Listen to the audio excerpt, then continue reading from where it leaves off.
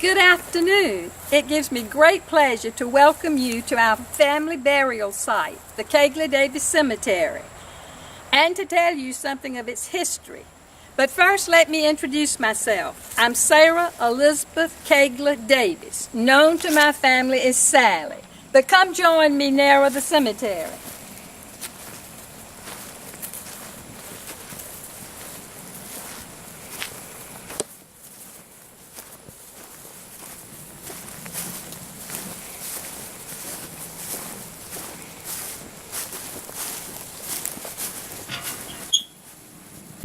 As you can see, this is a beautiful spot, but I'm so glad you did not see it in 1887 when my father was laid to rest here. It was covered with vines and weeds and my grandmother's sorely neglected roses. The boxes over the graves had fallen in. We had to send field hands over to clear a spot to bury my father, and I declared then that it would never happen again. So I erected a wrought iron fence around the burial area. I had all the markers repaired and had the grave boxes to be erected. The family calls this the old place. My grandfather, George Kaigler, the first George Kaigler, or as I call him, George the First, and his bride, Emily Giga, were married in 1800, and they built their home right here in this area shortly after their marriage in 1800. The area that you now see enclosed as a cemetery was Grandmother Elizabeth's flower garden. The only thing left today from the old home site is a unique well. It's 96 feet deep, it's circular, and it's lined with bricks. It stands there in the woods down a little path. It's been refurbished by the descendants. I have always been told that the bricks for that well were made at Grandfather Kaigler's brickyard over on the Congaree River. That brickyard site and the old place here and much of the land that Grandfather George amassed is still in the hands of the family and is being passed down today by family. My grandparents George and Elizabeth's home that was here was burned in February of 1865. By Yankee troops passing through on their way to destroy Columbia. Sandy Run was the rendezvous point for all of Sherman's troops. They camped from the Sandy Run Creek all the way up and down the state road to Savany Hunt Creek, about 7 miles above here.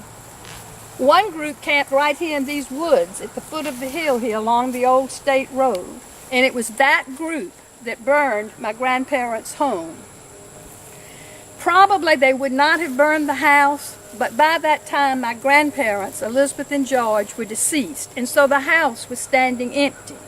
My father, the second George, their second son, inherited the old place. And during the war years and when the Yankees approached, there was no way to sell cotton, so he had stored cotton here in the old home, and that's probably why they burned it. Even though the house is not standing today, we know exactly what it looked like because I've been told that my Uncle John Kaigler built an exact replica, or almost an exact replica of his parents' home short distance through the woods here. And that home is still standing today so that we can see what the old place looked like. Our family roots are deeply entwined with the history of this area. Herman Giga, Conrad Kinsler, and Andrew Kaigler were the first of our families who arrived in this country and settled in this area. A brief look at these early ancestors of ours will explain why we are so proud of our family history and why we continue to research our past. In the early 1700s, this area, the middle of South Carolina, was known as the Outback, the frontier. There was nothing beyond here but wilderness and Indians. Herman Giga and Conrad Kinsler arrived from Switzerland in this area in the year 1737. They were Swiss-German or German-Swiss immigrants, and the leader of the party that brought them over was named John Tobler. Tobler has left a diary that paints Herman Giga as somewhat of a hothead and a troublemaker. And I think the reason he did that was because Herman Giga persuaded a small group of the larger group that Tobler was in charge of, and they were supposed to settle over in the new Windsor Township near Savannah. But Herman persuaded a small group to withdraw and come here to the Saxe-Gotha Township and settle with him. And among that group were the Kinslers, Conrad Kinzler and possibly his brother. We don't know what that relationship was. Herman Giga became a well-known Indian trader in this area, and he was also an emissary or someone who went between the Indians and here in the outback and the colonial government in Charlestown. So he was well known in this area. He amassed a good bit of land himself through grants and through purchases. His burial site, though, is unknown to us today. But there is an old Giga family cemetery about 7 miles above here on what is now Carolina Eastman land. He's not buried there, but some of his descendants are. And Herman was the uncle of Emily Giga of Revolutionary War fame. She's not buried in that cemetery either, but there is a monument in her memory in that cemetery, Giga Cemetery. She's buried several miles away in a neglected and unmarked grave. And it is an embarrassment to me today that our family has done nothing to mark and tend her grave. And I hope someday this can be done. Conrad Kinzler, on the other hand, he settled a little higher above the Sandy Run area. He was above Columbia in the 12-mile creek area, and some Kinzlers settled along the Saluda River. The Kinzlers seemed to be drawn to soldiering. They fought in the Indian Wars, the Revolutionary War, and also in the Confederate War. John Herman Kinzler signed the Ordinance of Secession. He served in the House of Representatives and later the Senate, and he was also a lieutenant in the Richland Rifles. Approximately 15 years after the Gigas and the Kaiglers arrived, they were joined by Andrew Kaigler. He came in the early 1750s, and he came from Germany. He also settled in this area of Sandy Run, and he began to buy up land. It was Andrew Kaigler who gave the land for the first church in this area. And the Sandy Run Lutheran Church that is still active today can trace its roots back to that very early church for which Andrew Kaigler gave the land. Our family roots begin with these three pioneer families. There were very few families living here at that time, but the majority of the ones that were here were either German Swiss or German, so they shared a common language and common traditions, and thus they tended to intermarry.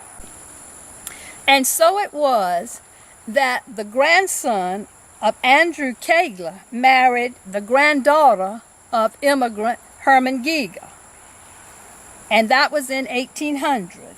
And of course, George and Elizabeth were my grandparents who built their home here on this spot. They had 6 children, 2 boys and 4 girls. Their oldest son, John, is the one who built his house, which was a replica of his parents' house here through the woods there. The 4 girls, Caroline, Maria, Harriet, and Henrietta, all married and moved away. My father, who I call the second George, stayed on here at the old place after his father's death in 1831 and helped his mother with her affairs. But in 1842, my father married Catherine Kinzler. Thus, the great-grandson of immigrant Andrew Kaigler has now married the great-granddaughter of Conrad Kinzler. 1842 was a very important year for my father. Now that he was married, he built a home for his bride just a mile through the woods there, and the name of their new home was Pineland Park. Also that same year, their first child, myself, was born, 1842. Only 2 of my grandparents' 6 children are buried here with them. My father, George II, and his youngest sister, Henrietta. And Henrietta's story is a sad one, and it includes the origin of our cemetery. At the age of 20, Henrietta married Dietrich Haynes from nearby Granby. The Haynes were another early family that settled in the area of Friday's Ferry up near present-day Columbia. Dietrich built his bride Henrietta a house down in Fort Mott, but as was the custom of that day, Dietrich and Henrietta were here staying with her parents while they awaited the birth of their first child.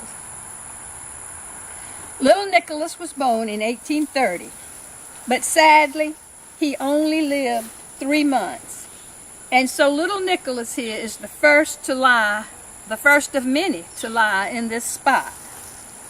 But just 1 year later, Grandfather George Kaigler died, and he too lies here in his wife's rose garden next to his little grandson. But Aunt Henrietta's story continues, and it's still a sad story. 9 months after her father died, she too was laid to rest here with her father and her little son. Family tradition has it that Dietrich was out hunting and killed a snake. Henrietta, who was expecting again, was sitting on the porch here sewing when he returned and tossed the dead snake into her lap as a prank. It is said that this caused her to go into shock, and she and the baby died, and here she lies. Modern medicine today will tell you that the snake incident was probably only a coincidence, that there were lots of problems with childbirth back then, and that she probably died of some other condition that she had. Needless to say, Dietrich is not buried here in our family cemetery. He went back to Fort Mott and buried 2 more wives after Henrietta. Childhood deaths were not uncommon in that day. And by this time, my father's family over at Pineland Park was growing. I now had 3 little brothers, but none of them survived beyond the age of 3. Little John William Kaigler died in 1847, just 11 months old. George Ellison's death followed in 1855 at the age of 3. And lastly, we finally lost little Henry Asbury Gamewell Kaigler in 1856. It is thought that the deaths of these 3 boys was caused by typhoid fever or infectious diarrhea. Several of the slaves over at Pineland Park had also died during this period, so it was assumed that the well over there was contaminated. So for my safety, my parents sent me back here to the old place to live with Grandmother Elizabeth, because it was thought that the extraordinary depth of her well and the fact that it was lined would keep the water in that well pure and safe to drink. My 2 little brothers, the last 2 little brothers, live on in an heirloom portrait that is passed down through our family. This portrait was left to my youngest daughter, Caroline Elizabeth Davis Bellinger, and she passed it to her son, and it now is residing in the Calhoun County Museum. Grandmother Elizabeth died in 1856, and here she lies in her own rose garden. She lies next to her husband, her daughter, and her grandson, and I'm sure she would be very proud to know that her garden is still being used as the family's burial place. I was only 14 when my grandmother died, so I returned to Pineland Park to live with my parents. They sent me to Columbia, to the Columbia Female Academy. My 3rd cousin, John Kinsler Davis, was at that same time attending Columbia, the South Carolina College in Columbia, and we saw a great deal of each other. So it was no surprise when he wrote home a letter from Virginia in 1862 saying that he was coming home on furlough to marry me. My family still saves that letter or preserves that letter. John Kinsler and I were married in 1862, in the midst of the war with the Yankees. When war was declared, John Kinsler's entire senior class at South Carolina College left, got on a train, and went to Charleston to try and enlist in the Confederate Army. They were quickly sent back to Columbia to resume their classes, but they only stayed a short while, and this time when they went to join, they were allowed to join. However, the faculty at the college voted to grant them their degrees even though they never finished that senior year. John Kinsler was wounded in an early skirmish on Little Edisto Island at the very beginning of the war. He had joined the Army as a member of Colonel Maxcy Gregg's 5th Regiment, and he was serving in the cavalry of the Holcomb Legion when he was detached to command the couriers of General Gustavus Smith in Virginia. The first of our 9 children was born in 1864 in the middle of the war. After the war, John Kinsler and I returned to my home at Pineland Park to live with my parents, and it was here that we raised our family. John Kinsler's father, Thomas Root Davis, had lost most of his considerable fortune after the war between the states. He was so disturbed by this that he was sent to a rest home in Philadelphia where he lived out the rest of his life. And I often heard it said that a bad fall also helped bring on this dementia. The years following the war were very hard in Sandy Run. The Yankee troops had stripped it of all crops, had taken away all the farm animals, destroyed wagons and buggies. They had burned all the barns, the cotton gins, the sawmills. Several houses were burned, and a lot of family valuables had been taken. John Kinsler helped my father get his land back in production, which was no easy thing after the war years. There were no longer slaves on the place, and you had to deal with hired help from that time on. Later on, after Reconstruction, John Kinsler served a term in the House of Representatives in Columbia. But I digress, back to the graves of our deceased. It was a sad day when our little son, our 5th son, little John Kinsler Davis, or Johnny as we called him, was laid to rest here in 1873, just 2 years old. And shortly after that, in 1887, George Kaigler II, who was my father, passed away.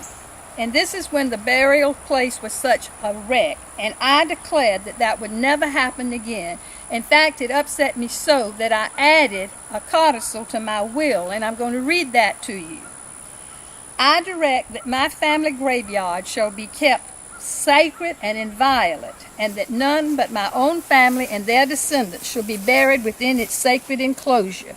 And I further enjoin upon my children and their descendants to give said graveyard such attention as to keep the same in proper condition. And as you can see from this beautiful spot, they have honored my wishes. John Kinsler and I never dreamed when we buried little Johnny that we would one day bury one of our adult children. That was Kate Kinsler Davis, who was married to James Bates Becker. She died in 1904 at the age of 37. And just before she died, her baby, she had a baby, and the baby died in 1904. And shortly after the baby's death, Kate joined her. So she's buried here with her family.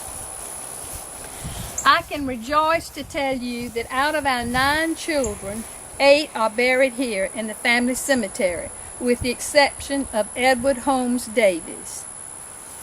My dear mother, Catherine Kinsler Kaigler, known to the family as Ma, passed on in 1905. She was the mainstay of our family, running the household, helping raise my children, and giving me time to write my beloved poetry. When the Yankees arrived here in Sandy Run in February of 1865, I took our only child at the time, little Kate, and we refugeed to the upper part of the state to escape the enemy troops. But Ma refused to leave her home. So she was left with one young slave girl to face the enemy troops.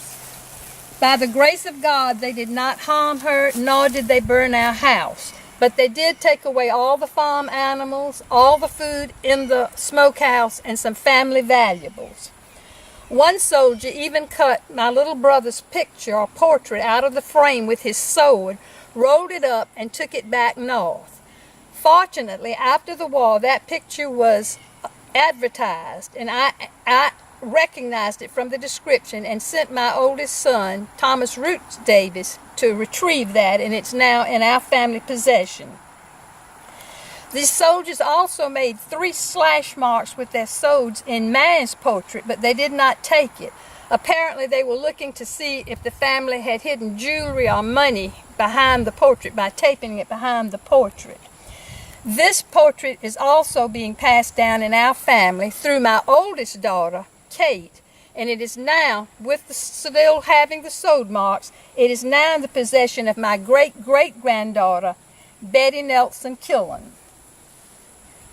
Our home, Pineland Park, which stands right through the woods there, survived the Yankees, but the old 3-storied home stood empty after my death in 1912, a proud relic of our past. Unfortunately, it was burned in the 1950s by a lightning strike. One of my grandchildren, Betty Bellinger Mosley, is now living on the site of my old home. I lost my beloved husband, John Kinsler Davis, in 1908. The Davises did not arrive in this country as early as the Kinslers, the Kaiglers, and the Gieglers. They arrived in 1820, but they were a well-respected Columbia family of builders and contractors. John Kinsler's father, Thomas Root Davis, married Ellen Kinsler, thereby giving my children and John Kinsler's children two Kinsler lines. It also made John Kinsler and me third cousins. Since 1912, I too have rested here next to my husband, among my grandparents, my parents, my children, and now even some of my great-great-grandchildren.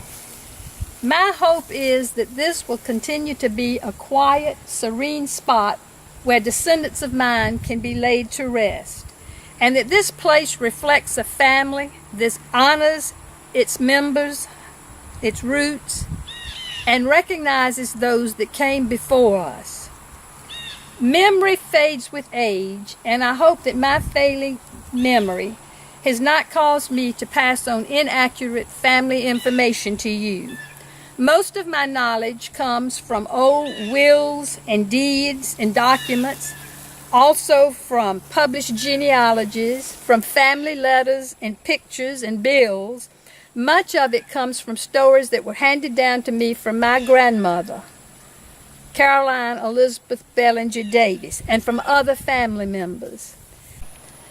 I hope this brief look at our family history today will encourage you to take a greater interest, to help us all get together and share what knowledge we have, be it pictures, old letters, deeds, stories passed down.